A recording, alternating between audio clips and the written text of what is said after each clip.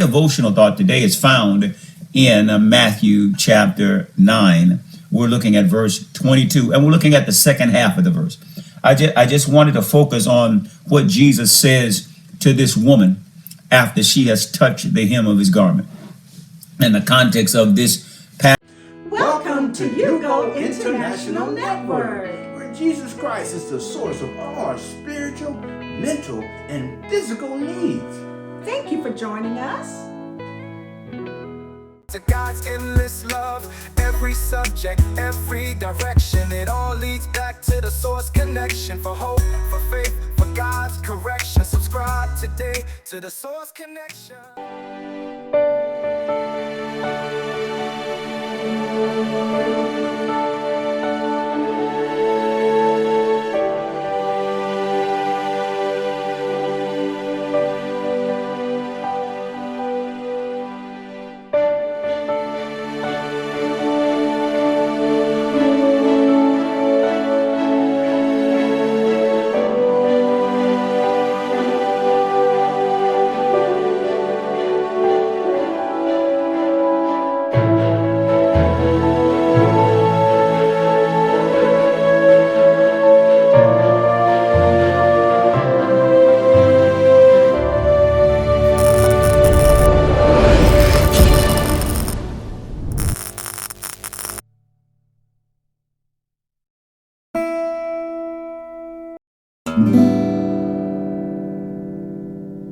Our devotional thought today is found in Matthew chapter 9. We're looking at verse 22, and we're looking at the second half of the verse. I just wanted to focus on what Jesus says to this woman after she has touched the hem of his garment. In the context of this passage, this is where the woman had an issue of blood, and she said to herself, if I could just touch the hem of his garment, I will be made whole. But I want to focus on what Jesus says to her after she has touched his garment and after she has received her healing. It's in Matthew chapter 9, and it's in verse 22, the second half of the verse. And it simply says this: thy faith has made thee whole. I'm reading from the King James Version of the Bible. Thy faith has made thee whole. In other words, your faith has made you whole. I want to talk to you this morning from this devotional thought: active faith. Active faith, not just faith in the general, but just about active faith, because what this woman portrayed and what this woman demonstrated was active faith. She just not only said to herself, I believe if I could just touch the hem of his garment, I could be made whole. She did what was necessary to make that happen. The Bible says there was a crowd around Jesus, and she pressed through the crowd, and it's obvious that she had to be on her hands and knees because the hem of his garment is down toward his feet. So she wasn't trying to get to his shoulders or trying to get to his arms. She was trying to get to the hem. And so she was crawling through the legs and having people step on her and having people probably kick her as she was trying to work her way to just touch the hem of his garment. It was, and it is, and it was demonstrated as an active faith. Faith, as James reminds us, without works is dead. James is saying faith is active. It has actions behind it. You just can't declare faith and not do anything. You just can't claim you got faith and not be willing to do something with your faith. Are you with me today? And that's what I want to talk about. How many times in the Bible has Jesus made this statement to some person or another in terms of their faith? He says, and when he says your faith has made you whole. He said it in Luke chapter 7, verse 50. He said it in Mark chapter 10, verse 52. He said it in Luke chapter 10, verse 19. Chapter 17, verse 19. He said it in Matthew chapter 9, verse 29. He said it in Mark chapter 5, verse 34.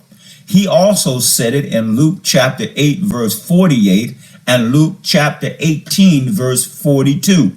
In each one of those verses and each one of those passages, Jesus said to the person who had come to him, and in belief and in faith, your faith has made you well, or your faith has made you whole, or your faith has saved you, or your faith has healed you.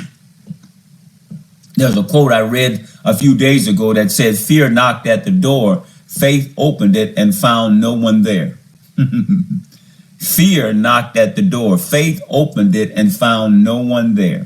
Faith is active. Faith is not just stagnant. Faith is not just dormant. Faith is not just a proclamation. Faith is a conduct. Faith is an action. Faith, as the Bible tells us 4 times, faith is a living. Faith is alive. The just shall live, which means action, means something being done, being conduct being displayed. The just shall live by faith. So there are 3 things this text implies about active faith. First of all, it's personal. He said, your faith. That's what he said. Your faith. Not somebody else's faith, not your mama's faith or your grandmama's faith or your great grandmama's faith or your pastor's faith or your ministry leader's faith. God, the text says, your faith. It's personal. It has to come from you. You have to have faith. The Bible says without it, it's impossible to please him. But if we have it the size of a mustard seed, we can speak to the mountain and it shall be moved. So this active faith, first of all, is personal, that it has to come from you. You can't rely on my faith to get you through. You can't rely on your mama's faith or your grandmama's faith to get you through. You cannot rely on somebody else's faith to create the circumstances or the blessings or the things that you need in your life or to cause the things in your life to happen. You have to have your own personal faith. Amen. Yeah, Nikki. Yeah, you got it. So it's personal. First of all, the text also says, that implies that not only is just faith personal, active faith personal, it says that active faith is productive. It says your faith has made you. Your faith has made you. Though therefore faith is productive. Faith produces something. Faith brings about product in your life. That if you are actively walking by faith and living by faith and conducting your life according to faith, faith will produce what it promises to produce in your life. Faith will bring to pass what God's word declares will come to pass if you will have faith. Faith will not be stagnant and faith will not be ineffective. Faith will not be unproductive. If you are walking by faith, living by faith, and living your life actively in faith, faith will produce what faith says it will produce, because the text implies and Jesus makes it clear, faith is productive. Hebrews chapter 11 verse 1, faith is the evidence of things hoped for, the substance of things hoped for, and the evidence of things not seen. Faith is the substance. What is faith? If faith is my substance, the substance of my faith is my belief in God and my trust in his word. That's the substance of faith. And the substance, faith is the substance of things hoped for. And what is the things that I'm hoping for? I'm hoping that God's word will come true in my life because it's the substance of my faith. And it's the evidence of things not seen. What is the evidence of my faith? My activity, my willing to walk by faith, my willing to stand in faith, my willing to trust God in faith, even when it doesn't look good and doesn't feel good and doesn't even sound good. But I know what God says and I know what he has promised and I know what his word declares. So my faith will stand on what he says and believe in what he says more than what I see. That's where the evidence of faith comes in. So it's the substance of things hoped for and the evidence of things not seen, because the text implies that faith is productive. It's not only personal, it is productive. And the last thing that this text implies is that faith is pervasive. That faith is pervasive. He says, your faith has made you whole. Are you with me today? Your faith has made you whole. Faith is pervasive. It will accomplish not just part of what it's supposed to do, it will accomplish all of what it's supposed to do. The woman went to believe that God would heal her if she would touch the hem of his garment. And the faith that when she touched his garment, she wasn't partially healed. She was healed completely. She was healed totally. Faith did not hold anything back. Faith is pervasive. It will cover everything that it needs to cover, even what you don't even know that needs to be covered. Faith will cover it because faith is pervasive. It says that it will do what it's supposed to do completely. It will do what it's supposed to do entirely. It will do what it's supposed to do totally. Are you with me today? Not partially, not halfway, not some of it, but everything that is supposed to be done and is believed upon by faith will come to pass because of faith. Are you with me today? So an active faith is personal. An active faith is productive.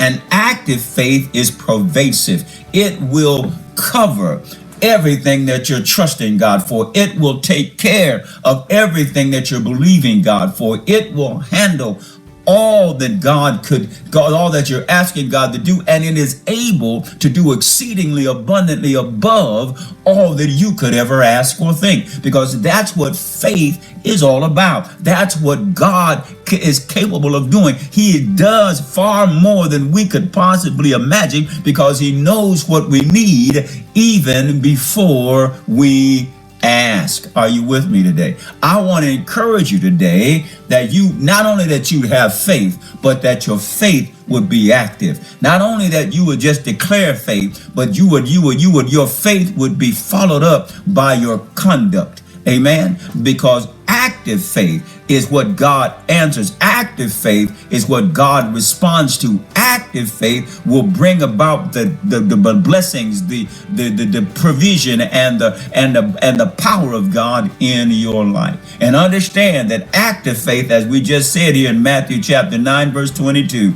it's personal, it's productive, and pervasive, because it's your faith that will make you whole. Amen.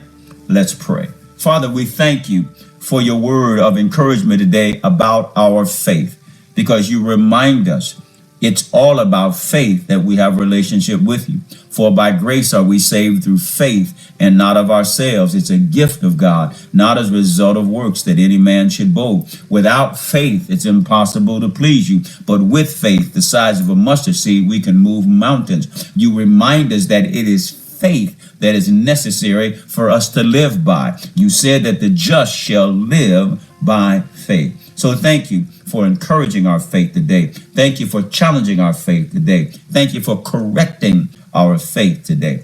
Help us, Lord God, as this is what we're all about. We're in a faith walk, and every day you give us to behold as another opportunity to walk by faith and not by sight. Bless us to do that today. Bless us to believe in more in what you say than in what we see. And so we thank you and praise you today for your word. Bless us now as we go forth. In Jesus' name, amen.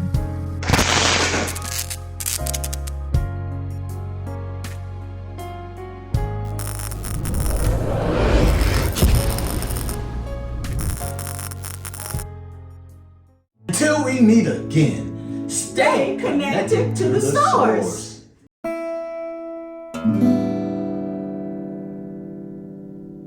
Welcome to the Source Connection, where Jesus Christ is the source of all your spiritual and physical and mental needs.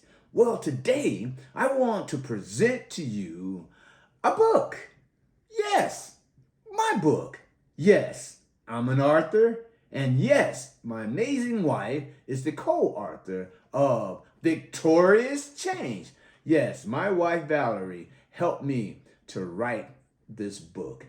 My story became our story.